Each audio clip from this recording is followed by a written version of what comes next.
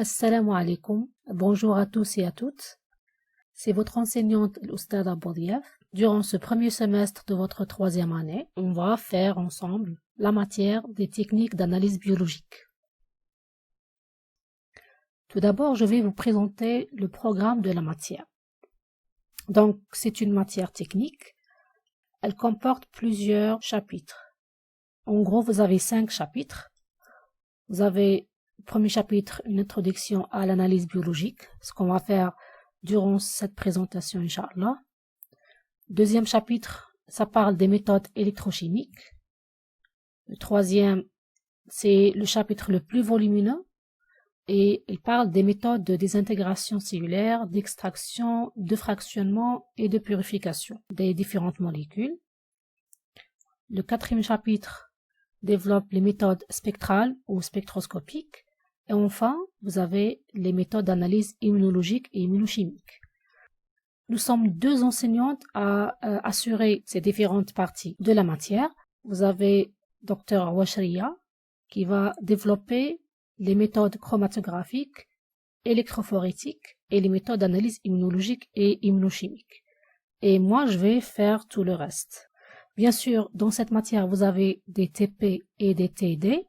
Donc, les TD seront assurés par Dr Awashriya et moi, je vais assurer les TP, Inch'Allah. Donc, on va tout de suite entamer le premier chapitre qui est une introduction à l'analyse biologique.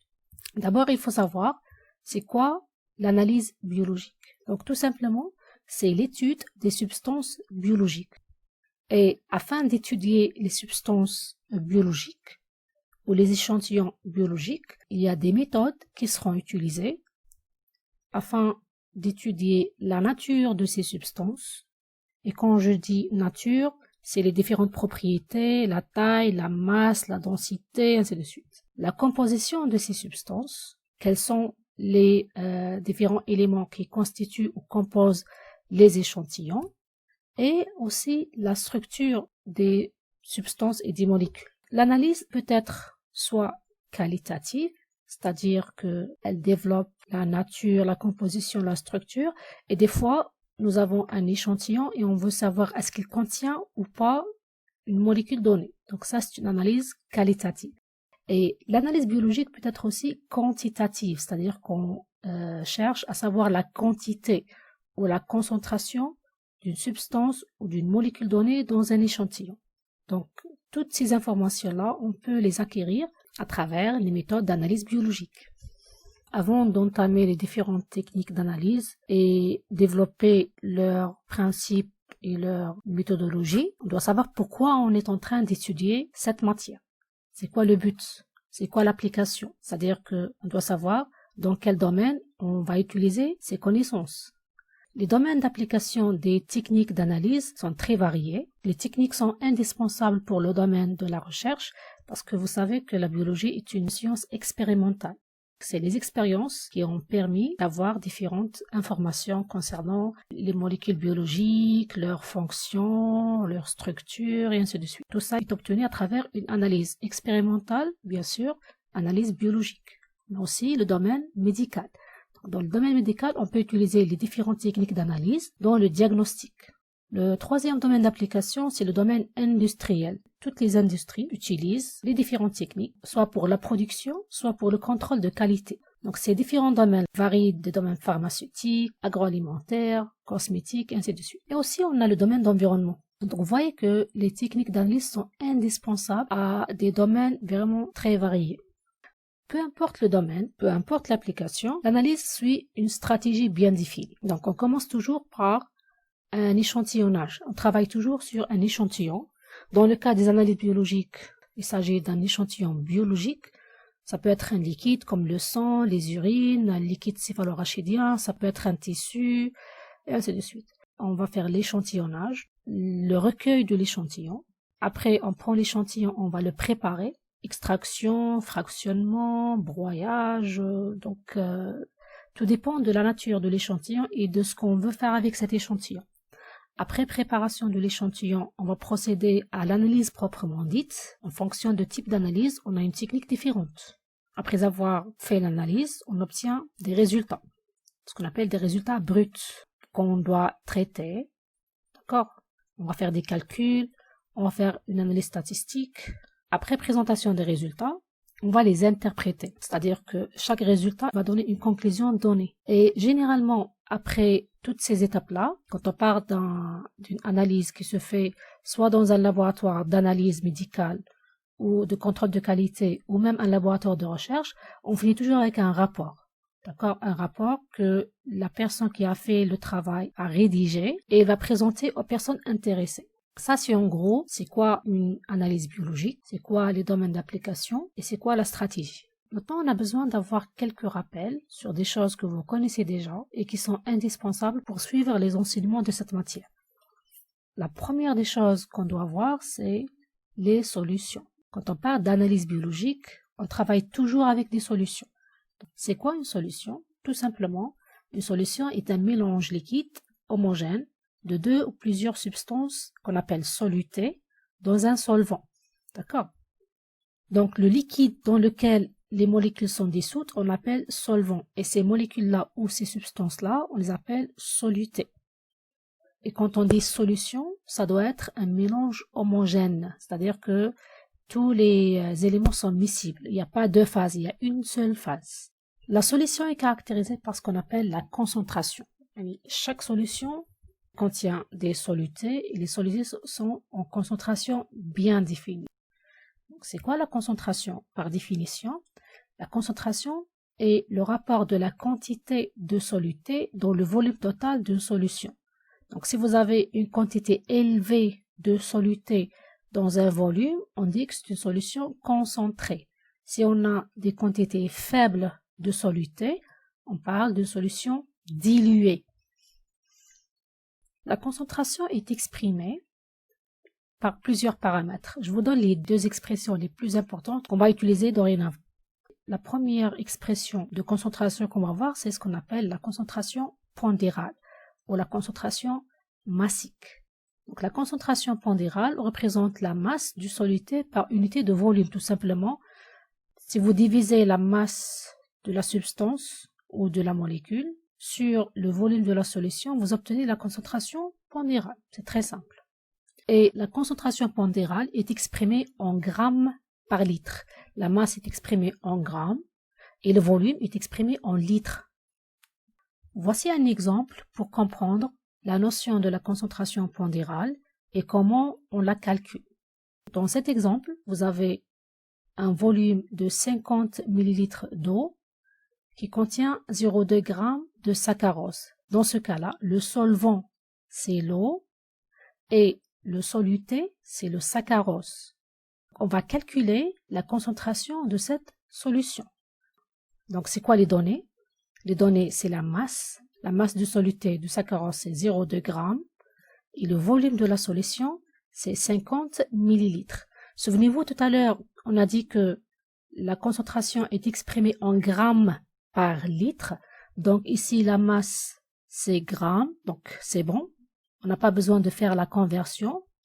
Et là, le volume, c'est en millilitres. On a besoin de travailler avec litres. Donc, on va convertir 50 millilitres. C'est équivalent à 0,05 litres. Parce que 1 litre contient 1000 millilitres. On va faire un calcul très simple. On va diviser la masse par le volume. On divise 0,2 g par 0,05 litres et on obtient 4 grammes par litre. Donc, c'est ça la concentration de la solution, la concentration pondérale. La deuxième expression importante de la concentration, c'est la concentration molaire ou la molarité. C'est quoi la concentration molaire? La concentration molaire représente le nombre de moles d'un soluté contenu dans un litre d'une solution.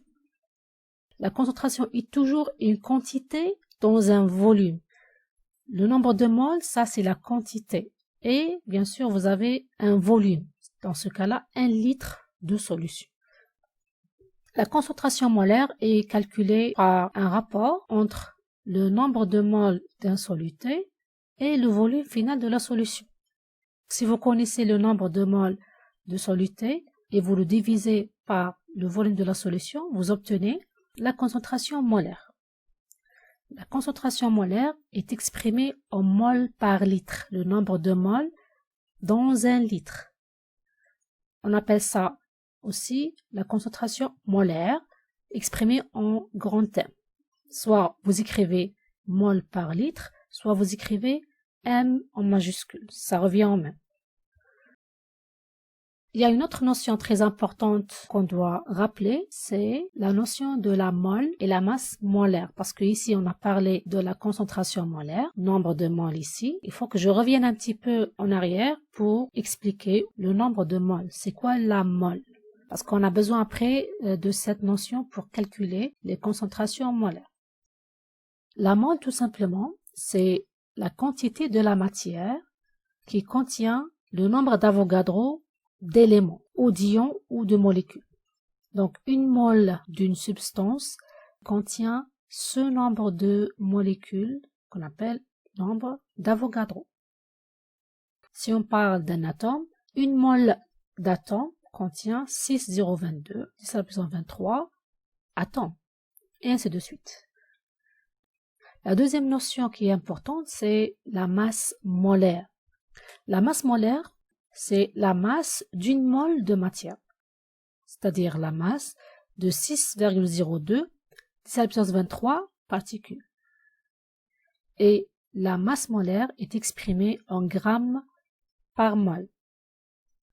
Pourquoi on a besoin de savoir ces notions-là? En fait, c'est très important pour préparer les solutions. Généralement, quand on veut travailler avec une solution, c'est vrai que la concentration pondérale, c'est la plus simple. Vous avez un nombre de grammes dans un volume. D'accord? Mais souvent, lorsqu'on travaille dans un laboratoire, on va travailler avec des réactifs chimiques et des produits qui sont vendus comme ça, d'accord? Sous forme de poudre ou de liquide. Et on a besoin de peser, d'accord? Et de préparer les solutions. Donc, dans certains protocoles, ou dans la plupart des protocoles, on nous demande de préparer des solutions en concentration molaire. Donc, je dois convertir ou je dois calculer la concentration molaire. D'accord? Donc, sur chaque flacon de réactif, vous allez trouver une étiquette.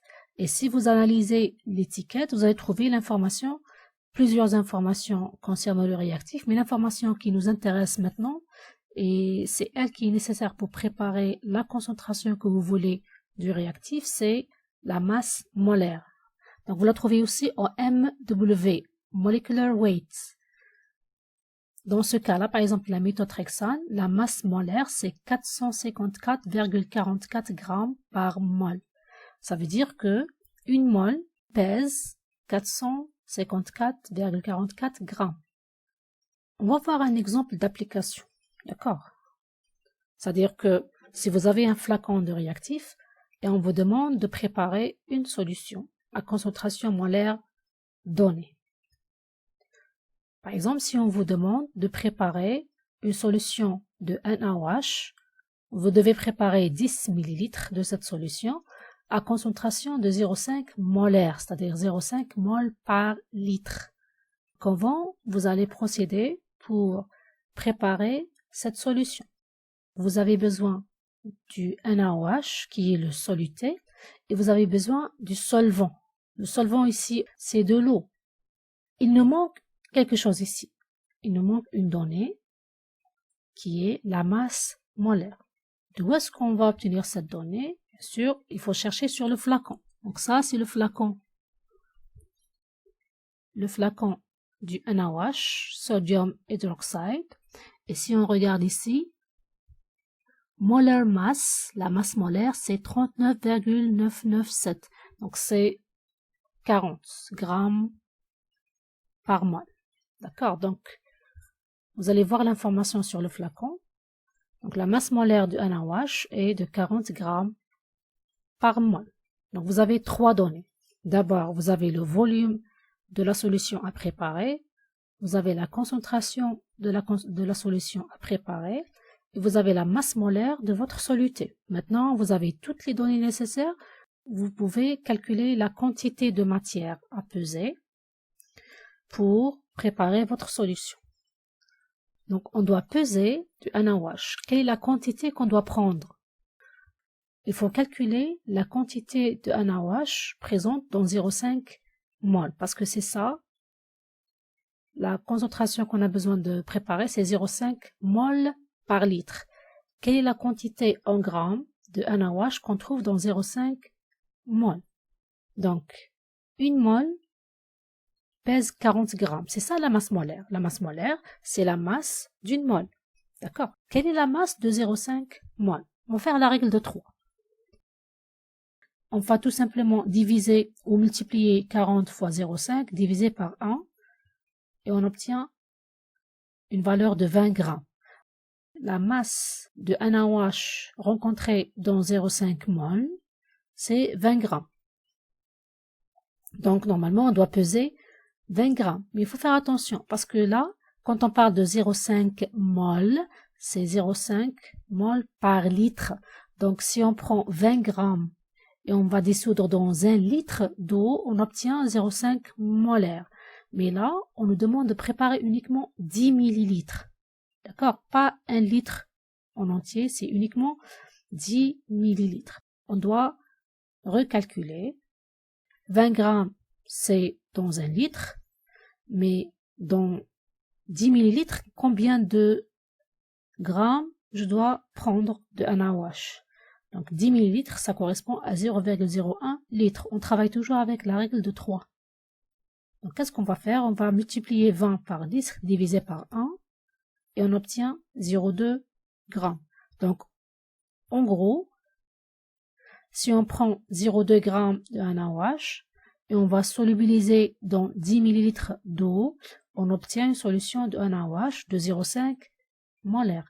Et comme ça, nous allons pouvoir préparer 10 millilitres de solution à concentration de 0,5 molaire de anawash.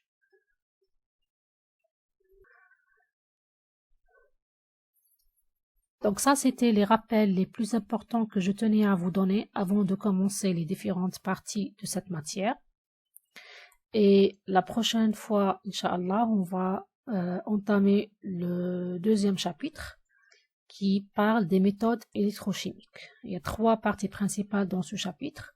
Premièrement, tout ce qui est notion de pH et solution tampon, comment mesurer le pH, comment préparer des solutions tampons et quelle est la notion de pouvoir tampon. Aussi, il y a les réactions d'oxydoréduction et la technique de conductimétrie. Donc tout ça, on va le voir dans la prochaine présentation, Inch'Allah. Assalamu alaikum.